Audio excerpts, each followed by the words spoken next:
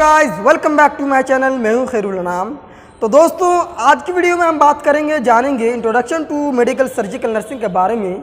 तो चलिए, वीडियो को शुरू करने से पहले बता दूं कि अगर अभी तक चैनल को सब्सक्राइब नहीं किए तो प्लीज़ सब्सक्राइब करके बेल आइकन को भी प्रेस कर दें, ताकि किसी भी प्रकार की वीडियो बनाऊं तो सबसे पहले आप तक पहुंच सके। तो चलिए वीडियो को शुरू करते हैं। तो आज के टॉपिक में हम बात करेंगे कि किसी भी इंसान के शरीर में कुछ भी ऐसी अवस्था या कोई भी ऐसी बीमारी का होना जिसकी वजह से इंसान डिजीज़ हो जाता है। तो बेसिकली हम ये जानेंगे कि किस किस तरीके की बीमारी होती है और हमारे शरीर में जितने भी ऑर्गन होते हैं, सिस्टम होते हैं, उनमें किन किन तरीके की बीमारी हो सकती है, किस वजह से होती है, और इन सब बीमारियों के लिए हम किस तरीके की इलाज ले सकते हैं। जैसे कि कोई भी बीमारी को देखने से पहले, उस बीमारी को एक्सप्लेन करने से पहले कुछ तरीके होते हैं, कुछ सीक्वेंस होते हैं। अगर उस सीक्वेंस को अगर हम फॉलो करेंगे तो हम सही तरीके से ट्रीटमेंट कर सकते हैं। तो चलिए वो सीक्वेंस क्या है देखते हैं। जो सबसे पहला जो है डेफिनेशन, यानी कि परिभाषा है, यानी वो बीमारी क्या है, उस बीमारी का हम परिभाषा देंगे, डेफिनेशन देंगे। तो चलिए अगला जो है इटियोलॉजिकल फैक्टर्स, यानी कारण। ये क्या होता है कि किन कारण की वजह से बीमारी हुई है, यानी किसी इंसान को बैक्टीरिया की वजह से हुआ है या वायरस की वजह से हुआ है या उसको एक्सीडेंट हो गया है, जिस भी कारण की वजह से बीमारी होता है तो उसको हम रखते हैं एटियोलॉजिकल फैक्टर के अंतर्गत, हम उसको लिखते हैं। अगला जो है टाइप्स क्लासिफिकेशन, यानी प्रकार। यानी बीमारी के भी कई प्रकार होते हैं। एक ही बीमारी की वजह से कई तरीके की बीमारी भी फैल सकता है। वायरस की वजह से भी कई तरीके की बीमारी फैल सकता है। अगर किसी इंसान को बुखार हुआ, हो सकता है कि उससे मलेरिया भी फैल सकता है। तो इसको हम रखते हैं टाइप्स क्लासिफिकेशन में। अगला जो हमारा है पैथोफिजियोलॉजी, विकृत विज्ञान। विकृत विज्ञान, इसमें हम क्या देखते हैं कि कोई व्यक्ति बिल्कुल ठीक ठाक थे, बिल्कुल सही थे, तंदुरुस्त थे, तो अचानक उसकी तबीयत कैसे ख़राब हो गई, किसी बैक्टीरिया की वजह से या किसी वायरस की वजह से। जैसे कि हमारी बॉडी में लंग्स है और लंग्स की जो क्षमता है सांस लेना, अगर लंग्स में किसी भी प्रकार के कोई वायरस चला गया या फिर उसमें इन्फेक्शन हो गया, तो जाहिर सी बात है कि हमें सांस लेने में, इसी तरह ऑक्सीजन को बॉडी में सप्लाई करने की क्षमता कम हो जाएगा। तो शुरू से लेकर अंत तक जो भी कुछ होते हैं इंसान को बीमारी की हालत में, और तो उसको हम किस में लिखते हैं, पैथोफिजियोलॉजी में लिखते हैं। अगला जो है क्लिनिकल मैनिफेस्टेशन, यानी लक्षण। किसी भी व्यक्ति को बीमार है तो उस बीमारी की हालत में वो कौन कौन से लक्षण शो करते हैं, यानी कि खांसी या बुखार या फिर सर्दी या फिर उसको चलने में परेशानी हो रही है या खांसी बहुत ज़्यादा हो रही है, जो भी कुछ वो बीमारी की हालत में शो करते हैं लक्षण, उसको हम कहते हैं क्लिनिकल मैनिफेस्टेशन, यानी कि लक्षण। अगला जो है डायग्नोस्टिक एवल्यूशन।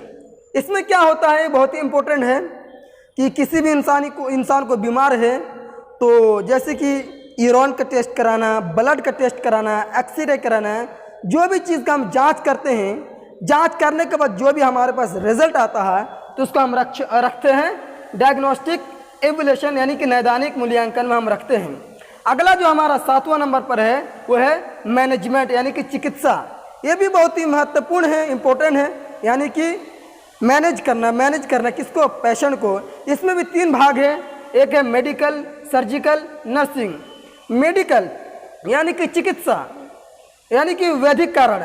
इसमें क्या होता है कि अगर किसी इंसान को बुखार है तो उसको उस बुखार को कम करने के लिए कुछ हम दवाई देते हैं या कुछ जुगाड़ लगाते हैं।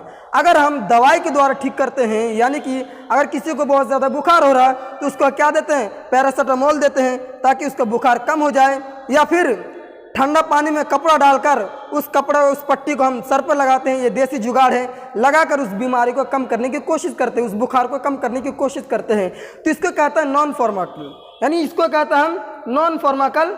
अगर हम दवाई के जरिए करते हैं, दवाई के थ्रू करते हैं, उसको हम फार्माकल कहते हैं। अगर कुछ देसी जुगाड़ लगाते हैं, अपने तरीके से अपने जुगाड़ लगाते हैं, देसी जुगाड़, तो उसको कहते हैं नॉन फार्माकल। अगला जो है सर्जिकल, यानी कि शल्य। सर्जिकल यानी कि शल्य।